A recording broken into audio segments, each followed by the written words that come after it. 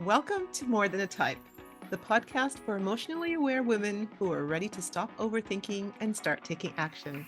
I'm Amira. And I'm Carol. We are DISC practitioners and mindset coaches. Understanding yourself is powerful, but what you do with that insight is where real change happens. Let's unpack the patterns, behaviors, and pressures that keep you stuck and give you tools to move forward with clarity, confidence, and purpose. You're more than a type. Let's turn clarity into confidence And confidence into action.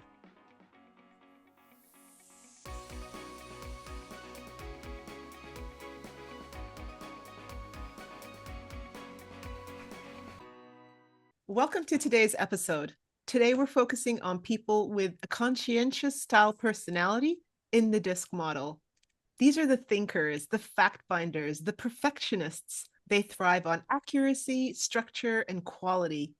Deeply committed to doing things the right way, they often raise standards for themselves and everyone around them. Yeah, that's right. Amira, this is another one that's close to me because my profile is high C and high S. So, I hear you, Carol. I'm really looking forward to this episode. As I was sitting here getting ready for it, I got all dressed in my blue because conscientious style is denoted by the blue color. And mhm, I just felt really comfortable sitting in my C energy. This is how we refer to it, the C energy. I felt mm, really, I felt really comfortable, and I'm very familiar with this kind of compliant, conscientious style. I was over at my mom's on the weekend and I pulled out some of my old report cards, oh, and all I read was Amira is a polite, conscientious student. She's very helpful in class and very helpful with her classmates. And I thought, wow, yeah, really conscientious. mm, very nice. And I was shocked because when I came to do my profile, only 5% of me is C conscientious style on my profile. Mm. Yet I know that I live in this energy a lot to get a lot of things done, like at university and a lot of my business stuff as well. I use a lot of my C energy and at work. Mm, So I was a little bit shocked that I only have 5% C in my mm. in my profile. So, Amira, for the benefit of the listeners, what happens when you spend a full day sitting in your C energy? Yeah, I'm wiped.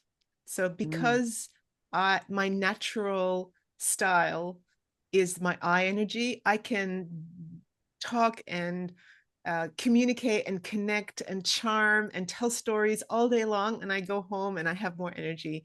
But when I spend a lot of time in the other areas of the disc model, mm, especially in my C, I can sit in it and I can use it to do what I need to do, but it takes a lot of energy out of me. And after that, I need to recharge. I just can't look at anything else after that. mm. Yes, I can imagine because the C energy is very, very detailed oriented, very process driven, very systematic. They want to check and double check details. They create order in chaos. They want to make sure that nothing is missed. And at their best, they bring excellence, but under stress, they can get stuck in perfectionism. They can get paralyzed by fear of making mistakes. Yeah. A while ago, I was watching Netflix and there's a documentary on there about David Beckham. And I Mm, know nothing about David Beckham until I watched that documentary. And my goodness, the first thing I noticed was how much he really had a lot of conscientious style traits in him. He was famous for his free kicks and cross kicks and his bending around to get the goal in kicks. I mean, that's you can't do that by chance. That is relentless disciplined practice. And that is the classic C style energy. He used to stay behind after training to perfect all that. He would just repeat and repeat and had this routine, and he'd just be so technical in his accuracy. He was sharing about how him and his father would just always go into the backyard and just practice over and over again. mm, The other thing about David Beckham, which kind of led me to believe that he was a C style was how much he valued order and structure and loyalty to system. So, for example, he was showing the cameraman his bedroom, and everything was meticulous. All the white shirts were white. Everything was tucked in nice and neat. It was so clean that the cameraman even said, "Oh, you knew we were coming, so you had this cleaned." And he said, "No, Scout's honor. I'm always like this. Just ask my wife."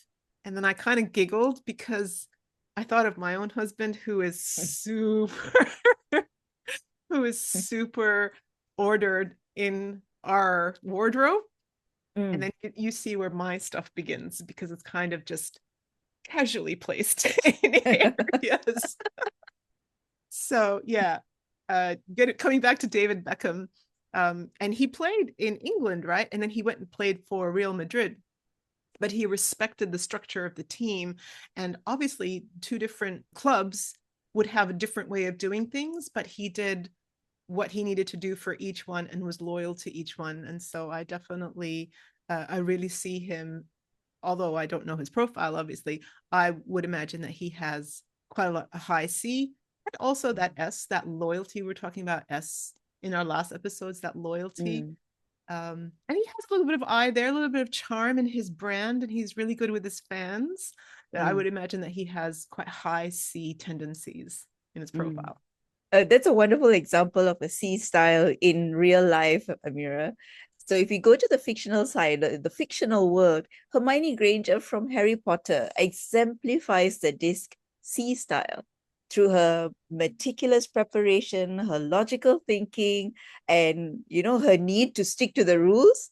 Yes. She often prioritizes facts and accuracy over emotions. I remember there was one episode where she was researching the Chamber of Secrets and reported back to McGonagall about the firebolt. So, she needs to stick to the rules. That's a core driver for her. And she constantly studied to ensure she had all the correct information, even if it made her seem bossy or rigid to her friends. Yeah, she went to the extent of getting the time traveler, right? So she could do classes that were running at the same time. Right?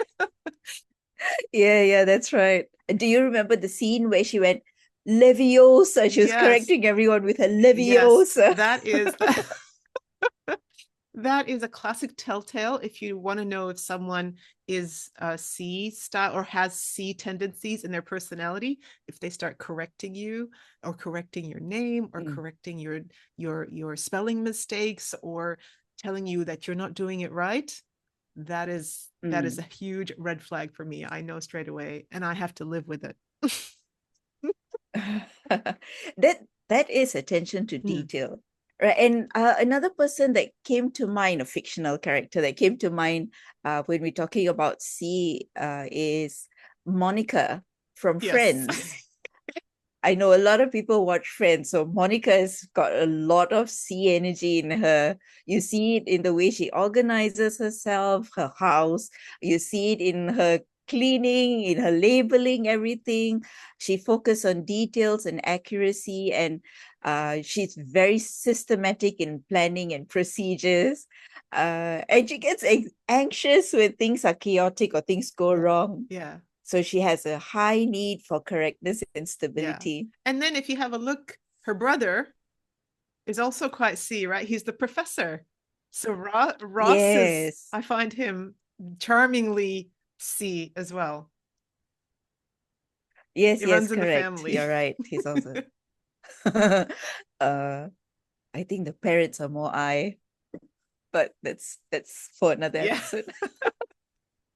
And I think we've just shown a little bit about ourselves, how when we watch TV, we're actually studying, we're actually looking at the characters that are coming up and analyzing them through the disc. And I remember that is how, when I first became a disc practitioner, that is the only way that I could understand disc and see it for myself, is to look through the TV shows that I was watching and find the characteristic personalities in each one Mm, and watch how that behavior mm, unfolded. So yes. entertaining. I love it. Great way to do homework.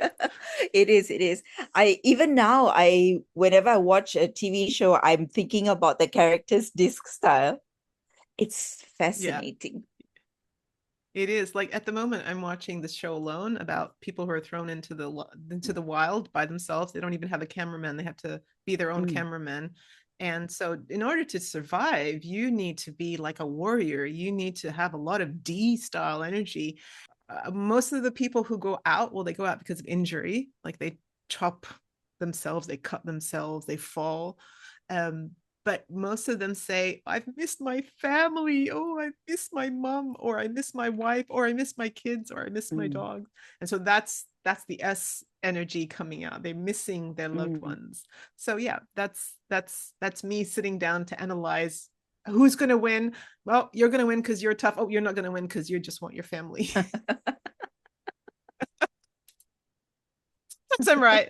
Often I'm not. uh Makes watching TV fun. Yeah, absolutely. So coming back to real life, you will notice conscientious style women in your workplace as those who spend hours checking and rechecking reports. By the time she's satisfied, usually the deadline has passed. And instead of being praised for her accuracy on her reports, she's sometimes criticized for holding up the team and being too slow. At home, you might notice conscientiousness can come up in terms of wanting to start something new. Like, say, for example, you want to start a new exercise program or a new eating program.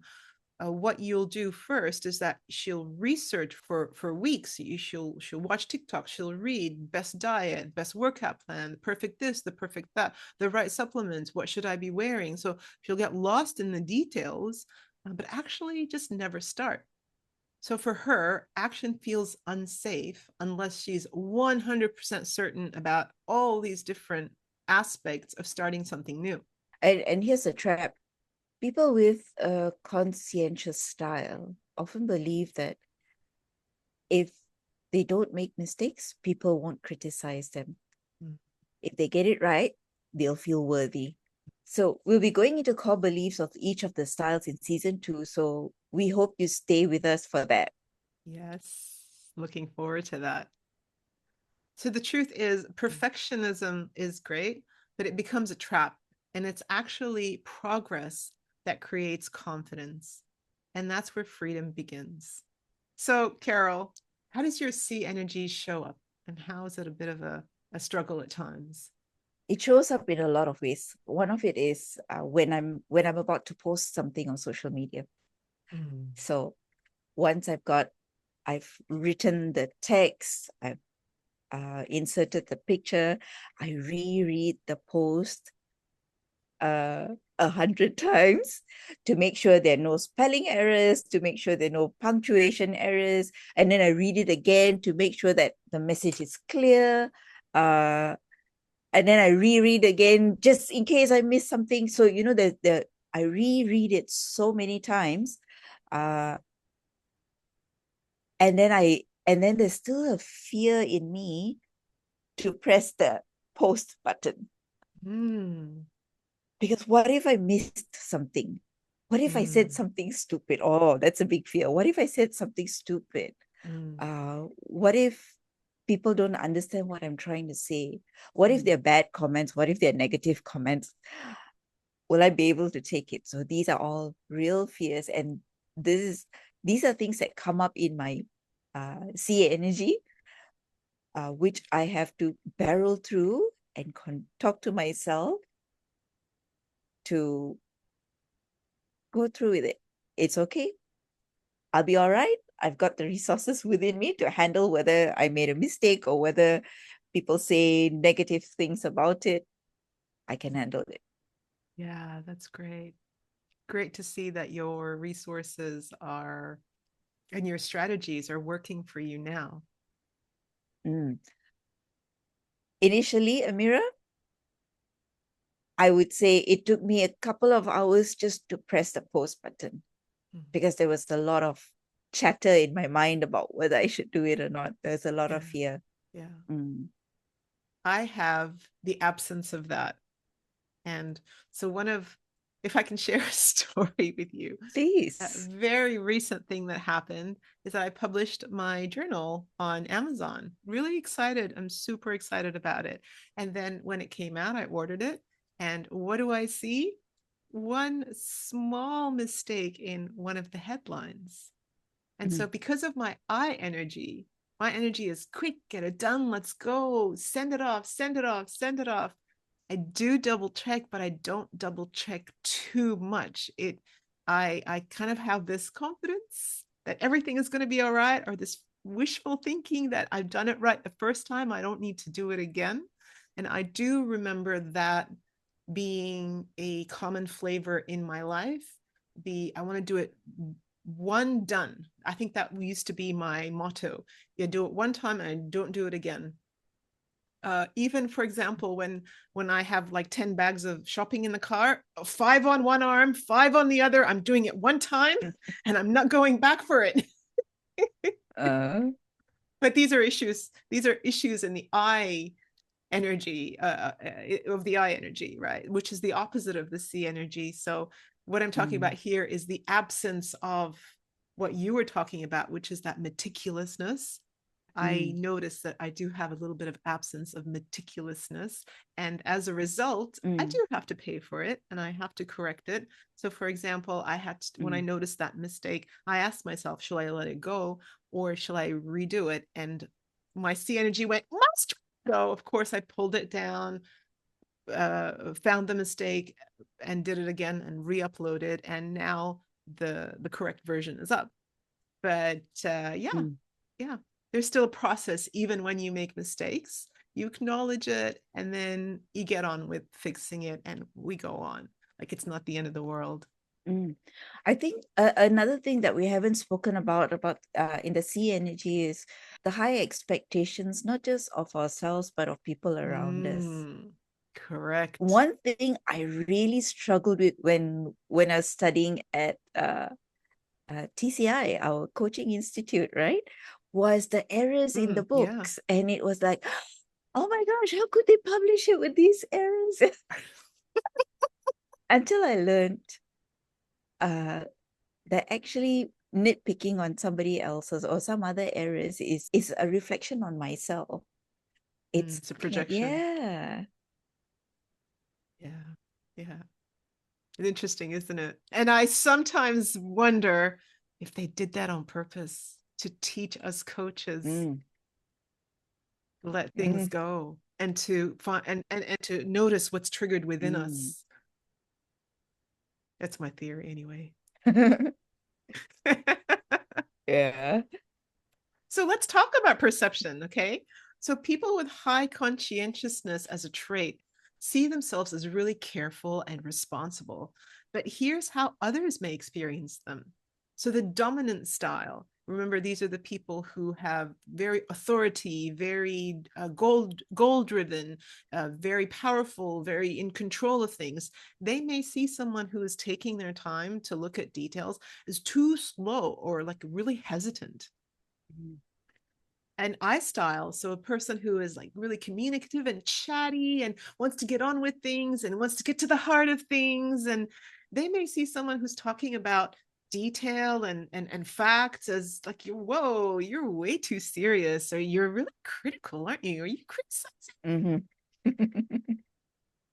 Yes, I think that's so true.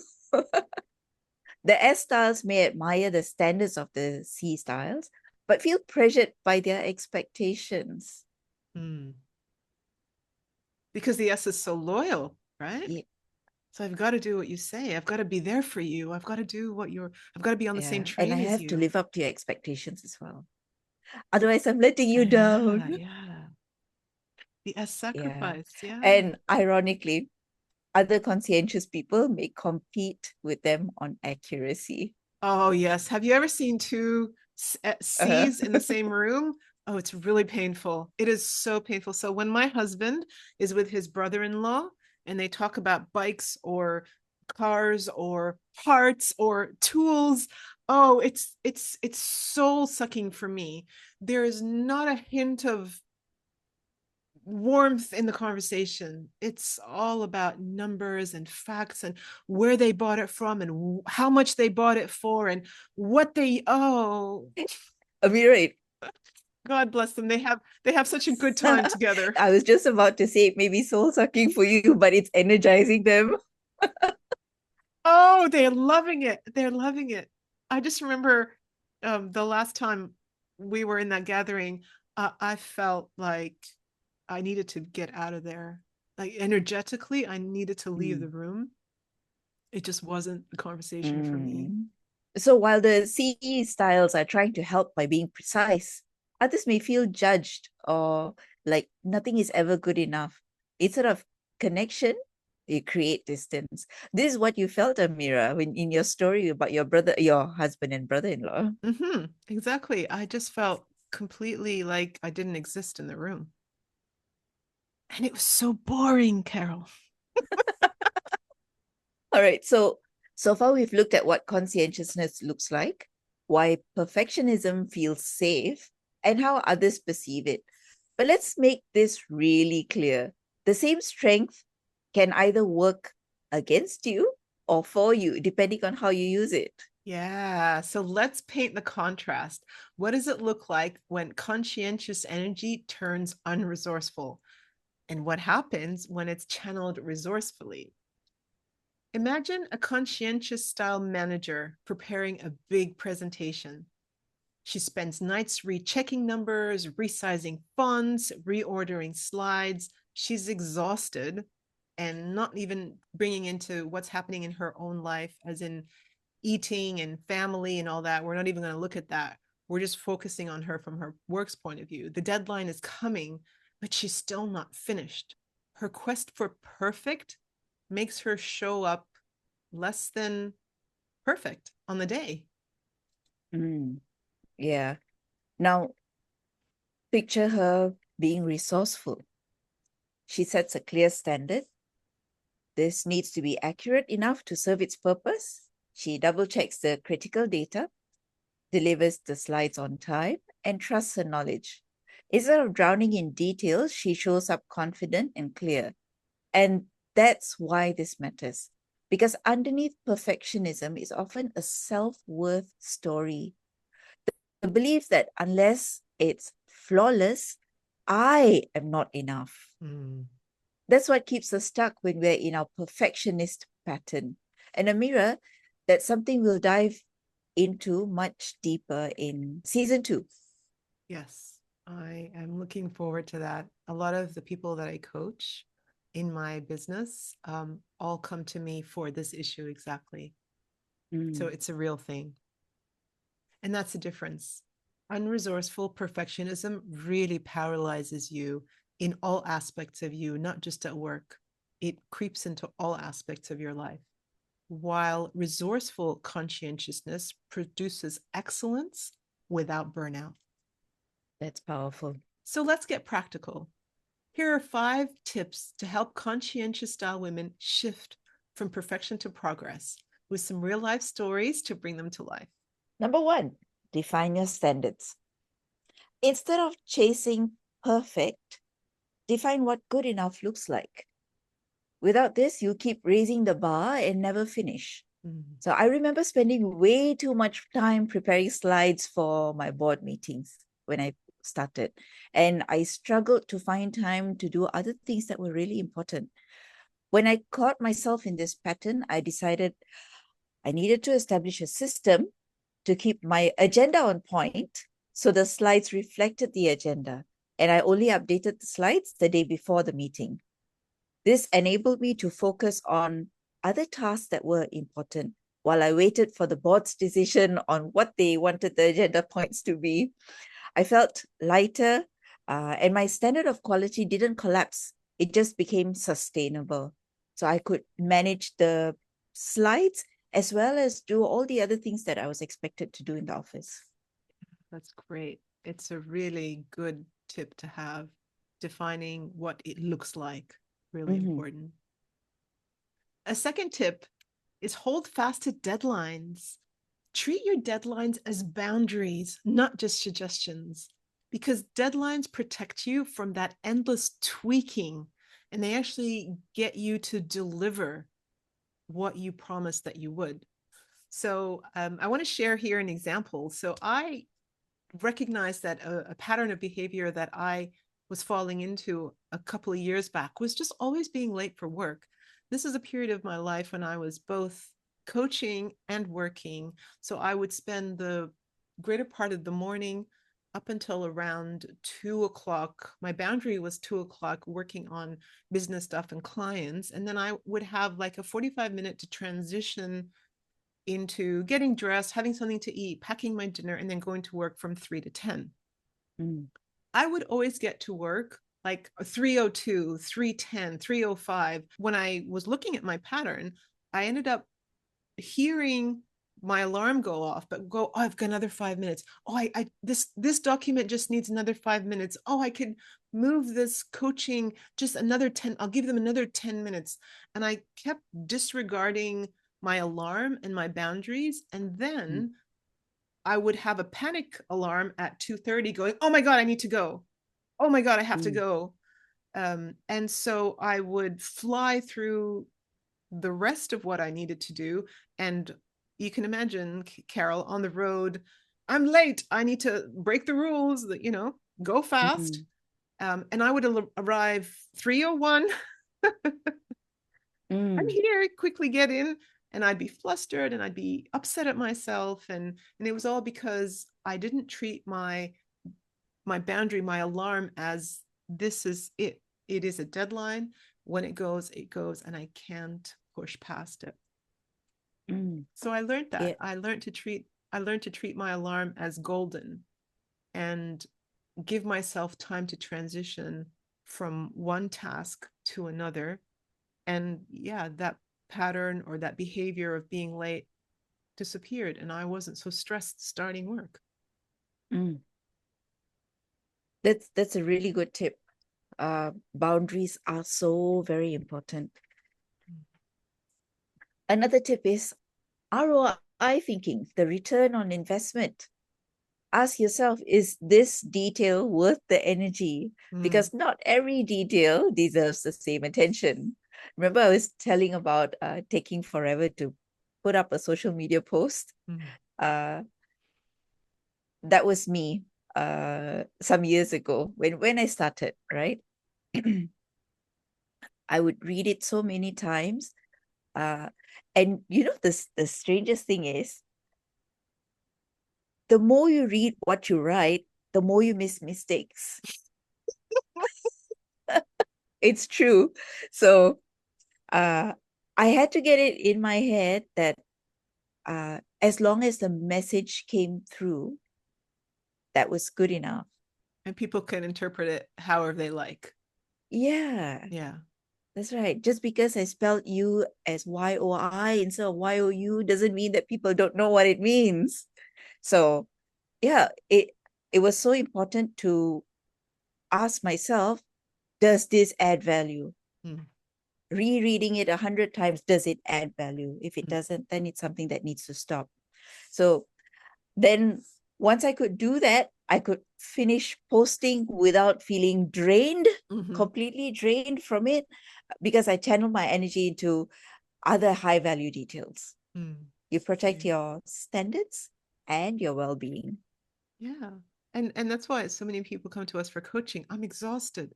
I'm so Mm, exhausted. Why am I exhausted? It's mm, little things like this that really matter. And when you yeah. shift them, you'll just see how much more energy you have to do the other things that you love in your life. Hmm. Yeah. So tip number 4 we have is share early, and it doesn't have to be perfect. Collaboration beats isolation. So I know that when you go off by yourself and work on something, it can feel like you're really excluded and you're excluding other people from the work.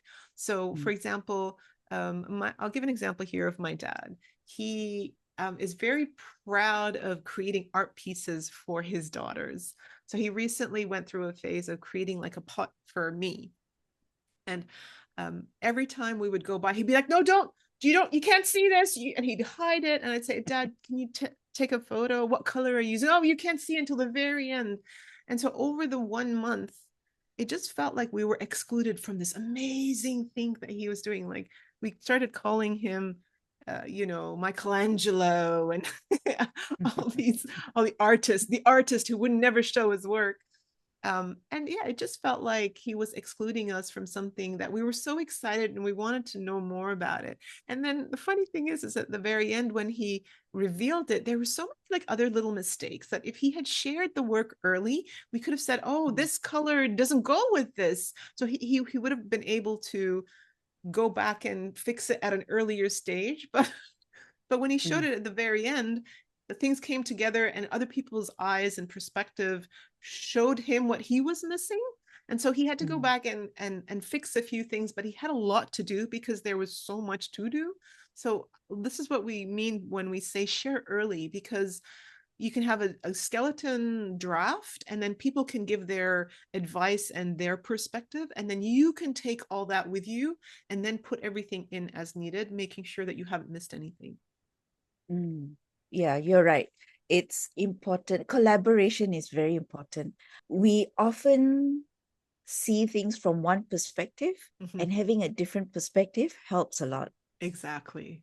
And it's even more interesting when you have the perspective of someone who has D energy and someone who has I energy and someone who has S, Yeah, because they come to you from different values and from their version of the world. So it makes for a very, very interesting conversation, yeah. collaboration. Mm. Now, the fifth tip is balance big picture and detail. Keep your eyes on the mission, not just the tiny details. Details matter, but only when they serve the larger purpose. We spoke about my first videos on Facebook, I think, in Mm-hmm. the last episode, right? Mm-hmm. And of course, my C energy was very high there, and it needed to be perfect before I posted it. But I could also see all the flaws in the videos. Uh, let's talk about the first video. I was awkward. I didn't know what to do with my hands. I didn't uh I didn't know where to look. I smiled funny, I spoke funny. The inner critic in me was Mm-hmm. so loud, Amira.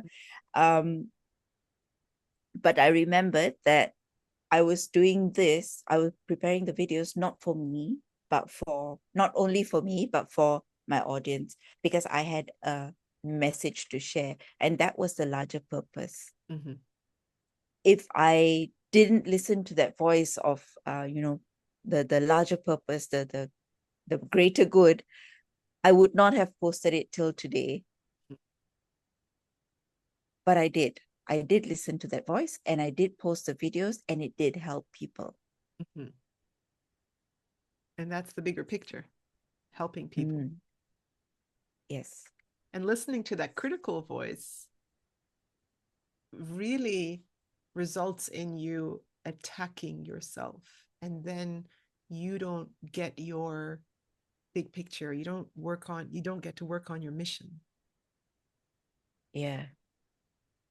And that's Yeah. another very common a problem that we have. I know you've talked about it as well, Carol. That women come to us for coaching. It's that inner critic that just keeps attacking us, and you just feel paralyzed and so full of Mm, self-doubt. yeah. And sometimes, yes, sometimes my clients have told me that they are aware of the inner critic, but they try to overcome it, and then they feel like a fraud. Mm-hmm. Hey, Mm-hmm. also overcompensating.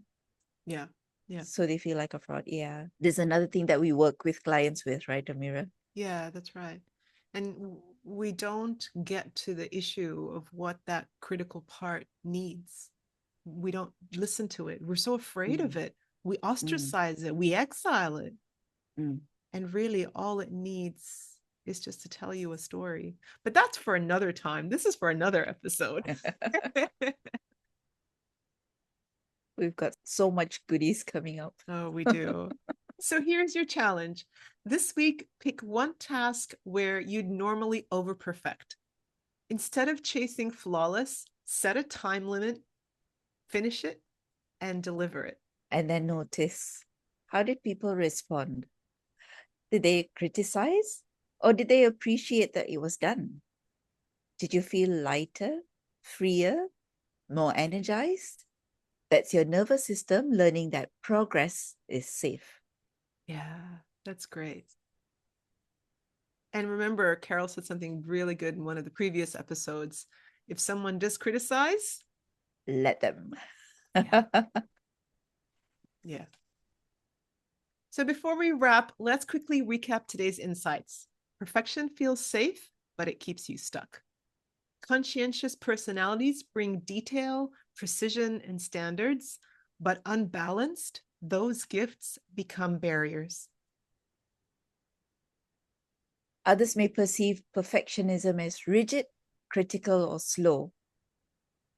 Progress builds confidence, momentum, and trust. Done is perfect because done changes lives. Yeah. Your meticulous eye is a gift, but the world doesn't need perfect. It needs your presence, your ideas, and your action. I love that. Thanks for joining us for More Than a Type. If today's episode resonated, please subscribe, share, and leave us a review. It helps more women discover the show. And don't forget, we'd love to hear your story. Reach out and share your experiences with us. Next time, we're diving into episode 12, Feelings Aren't Flaws, Emotional Expression for the Logical Mind. Until then, keep leading with clarity And living with purpose.